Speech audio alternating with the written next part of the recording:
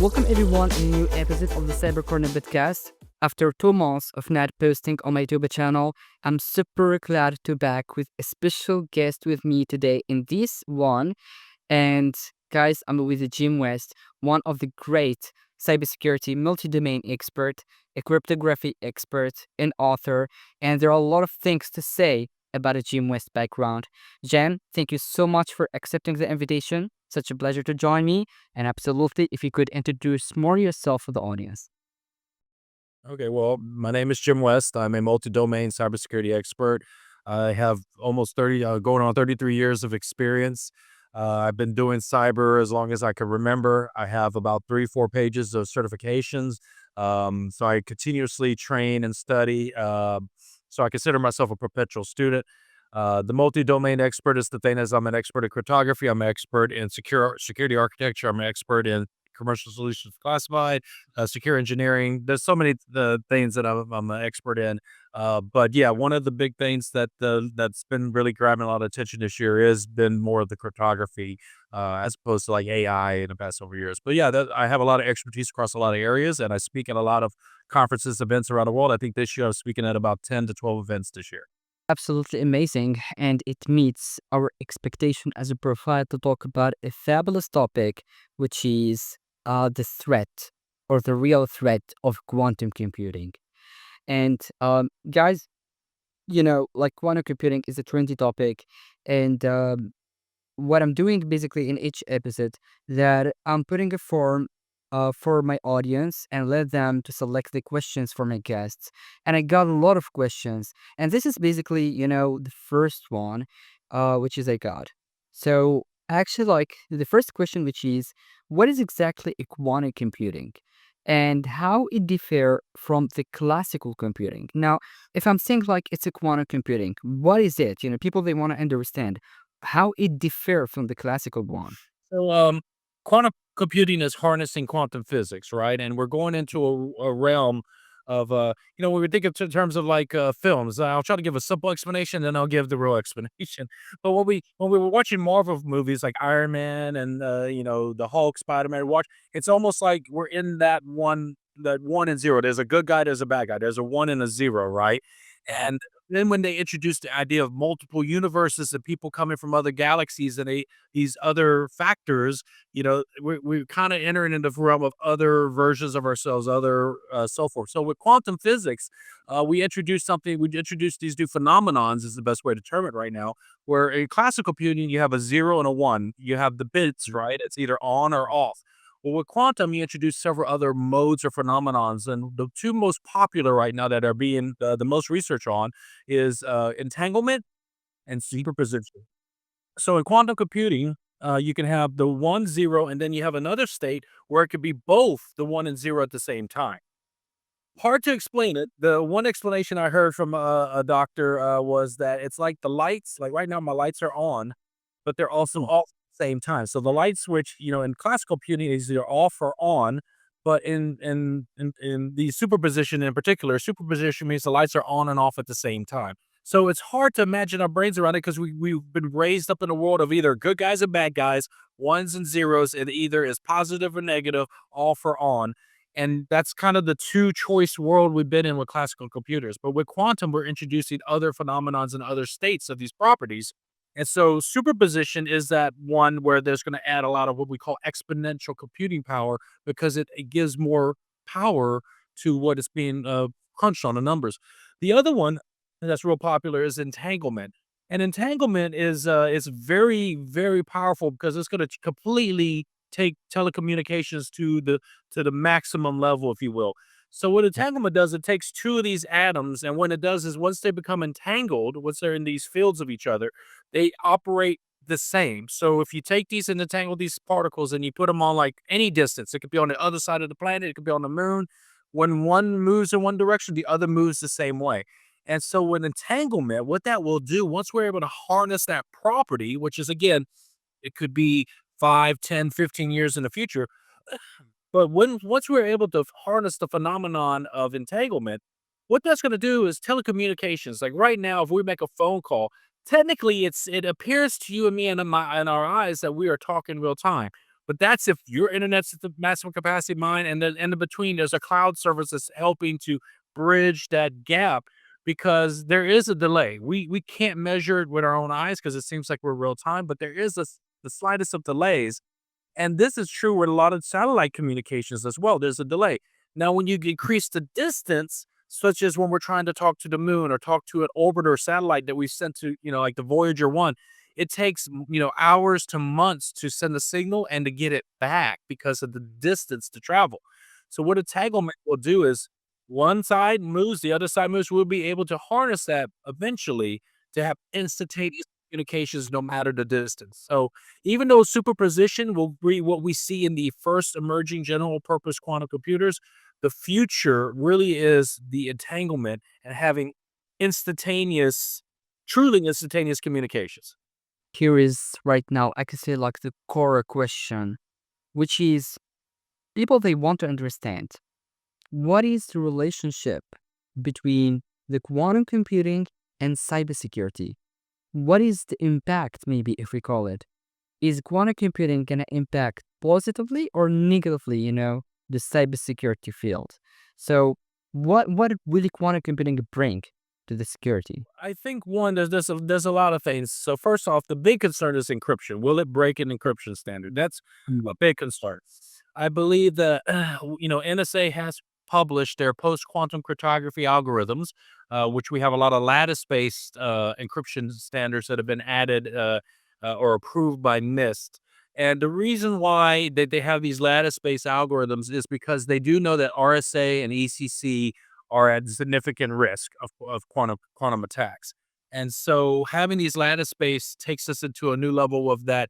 Remember, I said entropy, that level of randomness and time. So it makes that time super far out that even if they had a theoretical like million qubit, 99% error correction quantum supercomputer, it would withstand a long, long time. And so increasing the amount of time it could withstand brute force, as well as the randomness, the entropy of it, is good factors in regards to encryption.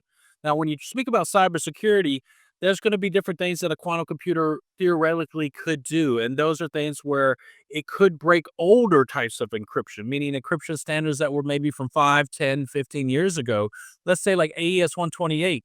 I think there's a few supercomputers that can break AES 128 and other like I think ECC is already susceptible to even a classical supercomputer as of now. So what will happen is with the first quantum computers that are may be deemed what I would say quantum supercomputers, which we don't know how many qubits or what the standard is yet. I don't think anyone in the industry has agreed. But whenever someone comes out and says this is a quantum supercomputer, I think one of the measures is that it could beat all those encryption standards. And the risk is what's called store now, decrypt later. So all of these different countries and maybe spy agencies or just governments in general are probably collecting all of this ciphertext from the internet and storing it in data warehouses, waiting for the day that they're going to have the ability with a system to go through a decrypt. And that alone goes beyond cybersecurity, meaning there's nothing we could do about it because it's already been captured, right? So there's no system you can buy. There's no upgrading the encryption standard. It's already been captured in its ciphertext state. So what that means now is that if a country, let's say, I'm not going to name countries, but let's say ABC country has a quantum supercomputer, they've been collecting for 10 years ciphertext, like encrypted data. Then it goes through it and they decrypt all this data, and now they have a warehouse full of decrypted data. And let's say some of this data is emails, it's official messages between embassies and leaders of the world. They can now potentially blackmail countries with this information. They could use it for further espionage uses. What they could do is they could disrupt agreements. I mean, imagine like if we found out that Brexit was heavily supported by certain countries that no one knew about and influenced. We were talking about false information and false flag operations, and this comes to light. How would that change the geopolitical landscape, even with partners like, say, US and Britain or the Five Eyes or the BRICS? All of these organizations that come together with these nations that are trying to do something together. But what if some information comes to light and it starts to make more enemies than friends? So, for a geopolitical perspective, I think it's got a very damaging potential impact in the future. But that's the issue. How long do we trust that the encryption will hold off where that data doesn't matter anymore, right? Um, Right. Like, I'll give a good example. Let's say, for example, we decrypt some information eventually one day and find the absolute truth of what happened in the JFK assassination, right? Right. What does that matter really today, right? Like, let's say the U.S. government, the CIA was, or some government entity was behind the killing of the president, right? We're now 30 or 40, 50 some years after the fact that those people that were alive during that time are probably dead. So what does that matter to people today? Because now the information or the data is not exploitable today, other than maybe a few more people will distrust the United States government. But No. what if data that's more recent? That's the issue. So We've talked about cryptography, maybe gonna be vulnerable to quantum computing attacks, maybe. So as you know that offensive, I can say, security funds, they are really excited about seeing that case, like those kind of algorithms gonna get breaked by quantum computing things. So the question come, how soon do you think quantum computers will be capable of breaking RSA and ECC encryptions? Are we gonna see this really practically so soon, or is it just a fiction right now? these are asymmetric algorithms, right? And so the asymmetric algorithms, there's a key component, which is the key. How much of the key is known? So obviously, when you're running these type of numbers and the power of that system computer, whether it's a supercomputer or a quantum supercomputer, Right. you have to look at things of how much information do you know? How much of the key do you know? If you know, 128 bits of the key and there's a 256-bit key, it shortens the amount of time. We were talking about Mm. time, like how long it can withstand the brute force. So if you know half the key, or if you're able to eliminate portions of the key space, you're able to shorten the amount of time that that machine has to brute force through that key pool. Yep. So for things like for ECC is already on the bubble, right? Mhm. Supercomputers can defeat ECC. So ECC is if anyone's using ECC, you need to move off of it. You need to go to like ECDSA, something like a concurrent blockchain model, or you need to do RSA. But RSA has already been deemed it may be good up until 2030. So right now Mhm. we're in 2025. So we got about 5 years, according to NIST, that Mhm. they believe the RSA should be viable until 5 more years. So my statement would be we got about 3 to 5 years where a lot of these encryption standards a lot of businesses are using will not be capable of withstanding a quantum supercomputer attack. Guys, here's the thing. Jim has a podcast, which is really amazing. I was a guest there, and he has a great concept in that podcast that we take a break, from the technical talk just to, I can say, discover more the guest. So, Jim, you know the concept, right? Take a So, coffee or tea?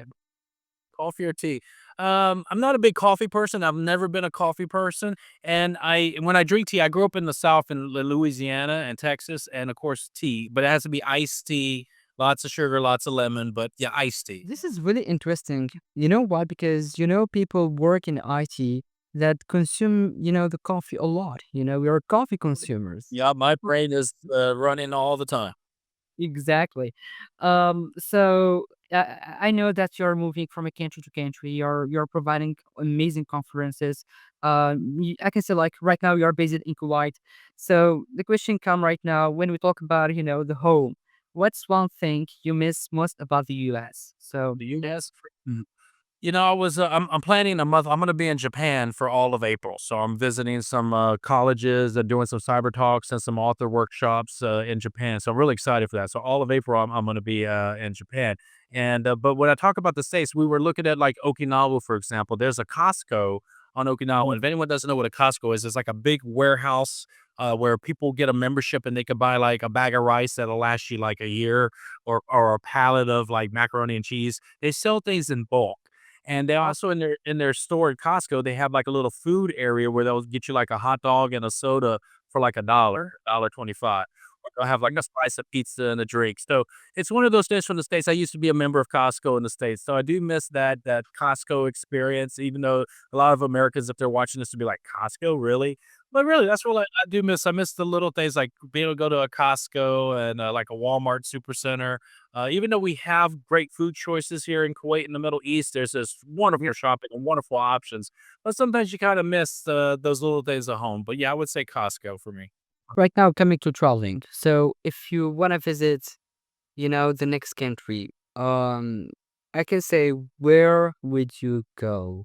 So what is the country that, when I'm saying that you want to travel there, you're gonna be like, yeah, it's the first You know, one. my favorite places in the world is London is my most favorite city in the whole world. And second, very close second is Tokyo. And I'm really excited to be going to visit Tokyo here in a few weeks. But yeah, London and Tokyo, my top two cities in the world. Awesome. And I hope that you're gonna have great time there. So what about right now the language? Let's say, Kuwait, Arabic language. I'm sure that you heard a lot of Arabic language. I know it's not really that easy.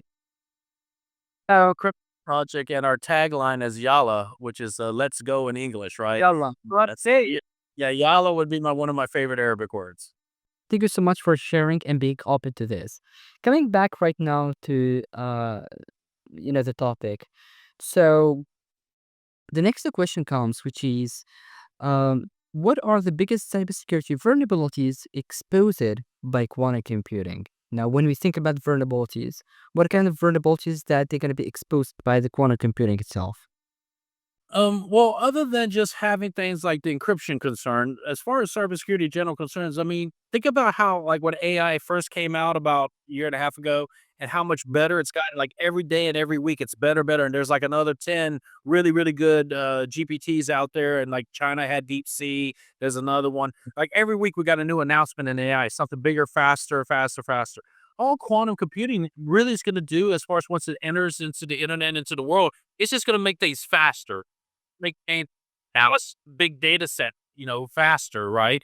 So it's just gonna increase the speed and time that it takes to do something. So let's say a current supercomputer, let's say it might take 20 years to run a algorithm routine to solve like a principle of some research for like cancer research, for example. And it may take 20 years to crunch through that. Whereas a quantum computer theoretically might could do it in like 5 minutes or 10 minutes, 20 minutes. So what does Yep. that do? That means that that group of scientists doing that research doesn't have to wait till they're retired or maybe passed away to hand over that research. That research and development from when it comes to big data is going to see the biggest boom. And the companies that really need big data and analysis on that, they're going to benefit the most. But as far as vulnerabilities, I don't think that a lot of hackers at first are going to have the quantum computer access at first. But Mm. eventually, once they're general purpose quantum computers, like where you're able to buy one to put in your house or a local technical school starts getting a quantum computer, that'll be about the part when the prices come down. Yes, I think that's when we enter a world where hackers could develop much more complex malicious code and do things at a faster rate and when it comes to attacks than what we're used to seeing right now. I do believe that's a concern, but I don't think that it's going to be a realized or realistic concern for at least 6 to 10 years. Okay. And like really, really an interesting question here, that when we're talking about the algorithms and crypto algorithms, are they, some algorithms that they can resist, or actually like they are kind of not vulnerable if you compare it to another's? I mean, if are we talking about all the algorithms right now, are they exposed to quantum computing threats, or is there like I can say those kind of algorithms that they can resist that threat? So, there was a little bit of concern in industry that one of the new post quantum cryptography algorithms was susceptible to side channel attacks, and of course Mm. that's Kyber crystals, and Yep. and as one of the new approved PQ, we call it post quantum PQC algorithms, it's already a concern, right? And it's funny because recently, I think it's about 2 weeks ago now, NIST approved another backup algorithm to Kyber in the event that when they are quantum, because remember, a lot of this is theoretical, right? We're talking in Mm. theory and assumptions based upon what we know. But, like in science, there's theories, right? Then there's scientific proof where we can do the experiment, prove the experiment. So when it comes to quantum computer breaking and encryption, you'll hear people maybe put out a report, oh, we broke AES 256 or we broke this algorithm. But what'll happen is they won't release their research to the community to have it peer reviewed. And there's a problem. Like I think just today, D Wave announced that they were able to break, I think it was ECC and some other algorithms. What the problem is that they didn't publish any of the details. So now this people are saying that until they publish their information, we can't peer review it and we can't replicate what they did or see the data. So we're gonna see a lot of hype pieces, a lot of people claiming we did this in the next 2 to 3 years. But I think until the whole community, the scientific community and quantum physicists can agree, yes, we validated it is real information, it's real. Until you get that third party validation, you can't trust a lot of these news reports that are coming out these days. Yeah, yeah, right. Totally right. So now, right now, talking about the blockchain security and cryptocurrencies. So, impact of quantum computing gonna affect it in a good way or a Lot bad of way? people's minds at ease based upon quantum computing as it is now, and even with the statements of different times, like it could do something from 6 septillion years into 4 minutes. People concerned not now, obviously, about blockchain, but we got to remember what made blockchain really secure. It's that transparent ledger, right? So you, when you're using a ECDSA, it's a concurrent algorithm. Concurrency exists, so that every ledger has to kind of vote or concur on every transaction, right? So when you hear about transaction speeds, right? Like we would talk about like Ethereum, Bitcoin, and so forth. What you'll hear is that, oh, it can only handle so many transactions per a certain amount of time, right? Per hour, per minute, per day. You hear this a lot. That's why when you see, oh, well, I'm going to use XRP because it could do this many transactions against this liquidity pool, or if you hear of Solana, a lot of these different coins are coming into existence because the utility is another word for the usefulness of it or the purpose of it. It is able to handle higher levels of transactions. And so when we talk about that blockchain and concurrency, it can achieve the concurrency rate a lot faster than the first, what we call the first, second generation of Right, cryptocurrency. right. So right now, talking about the cyber attacks beyond the breaking encryption, you know, um, like right now we ask the question that can quantum computers can be used in cyber attacks such as AI manipulation or malware evolution. When the AI is kind of trendy, we've heard a lot about how we can exploit AI in launching cyber attacks. Now the same, can we exploit the quantum computing in launching some dangerous kind of cyber attacks? Beyond, I can say the encryption, breaking encryption, and all of that. Whether or not the quantum, I keep using the term supercomputer. I'm very cautious because there's got to be a line of the power that it has and possessing this on an exponential scale. If a quantum supercomputer was designed and purposely set up with a routine to attack, let's say, the stock market or a bank system, hospital systems, I think that what we would see is that it would be, it would be one part of a multi-part attack, meaning let's say you're a nation state and you have about 300 supercomputers of varying, processor capabilities, but you have about 300 supercomputers, and then those 300 supercomputers maybe has like 100,000 to a million computer botnet attached to it. So if you was to overwhelm a system with a combination of a distributed service attack with doing certain lateral movement attacks, and then at the same time breaking certain encryption standards, nowadays we have layered defense, right? So different networks have different components that would have to be, compromised. But I think with a quantum supercomputer, the speed at which you are able to attack, refresh, and reattack, meaning it's not going to be at a one time, the silver bullet where it comes in and just does it immediately. You might have to try attack. But see, with a classical computer, think in terms of that one and zero, right? Mhm. It's like I ask you, "Can I have a cookie?" And you say no. And I ask you, but as a computer, a classical computer, I have to ask again and again, "Can I have a cookie? Can I have a cookie? Can I have a cookie?" And as I get faster as a supercomputer, I'm able to say, "You can have a cookie." Can I, and I'm saying it so fast, right? But with a class supercomputer, I'm able to ask not only you, but everybody in the company, "Can I have a cookie?" But like trillions of times a second, like the speed of which they can operate and then discover what is the weak path. So you're telling me no, but eventually in 100,000 people in a company, I'll find the one yes, and then I'll start honing in my resources to what else can I branch out from there. So the speed of which they can find vulnerabilities, the speed of which it can morph or change its attack approach is going to be very terrifying to see. Jim West, what a fabulous episode. Thank you so much for the great insights you shared with us. Absolutely. The space is open if you want to share anything for the cybersecurity folks or anything else. If you're working in cyber right now, whether you're a security manager, you're a network engineer, a systems engineer, a firewall analyst, a threat hunter, or an incident handler, no matter what role you have in cybersecurity, I implore you all to one, sign up for the NIST post quantum crypto update. So that way you could stay in the loop about when there's a new algorithm added or what advancements. And so go to NIST post quantum cryptography and you can sign up for email updates and alerts. That's first, stay in the know. But two, if you have not heard about a program called Commercial Solutions for Classified, CSFC, so Commercial Solutions for Classified, it's by the NSA, the National Security Agency. It's all public information. So whether you're in the United States or technically in China, Korea, Japan, Tunisia, Turkey, anywhere in the world, you can go to this site and there's capability packages, right? That tells you how to set up a secure wireless, how to set up, but all these solutions are double encrypted. It has 2 layers of encryption and from 2 different key libraries. Because the thought is if a system can break 1 layer, you have enough monitoring and you still have another layer to protect your data and information. So instead of encrypting once, the idea is encrypting twice, 2 layers. Okay. And those 2 independent layers of encryption gives you the best chance to withstand quantum computing attacks. Because if a quantum computing attack was able to break that 1 layer easily, you'll have the time to respond and deny those ports and those IP addresses trying to attack your network before it gets that next layer of encryption. So it does buy you time. And most people will refer to that when they start reading about CSFC, they'll be like, it sounds a little bit like ZTA or zero trust architecture. And just to kind of let folks know, if you've been doing ZTA is CSFC light, is the way I look at it.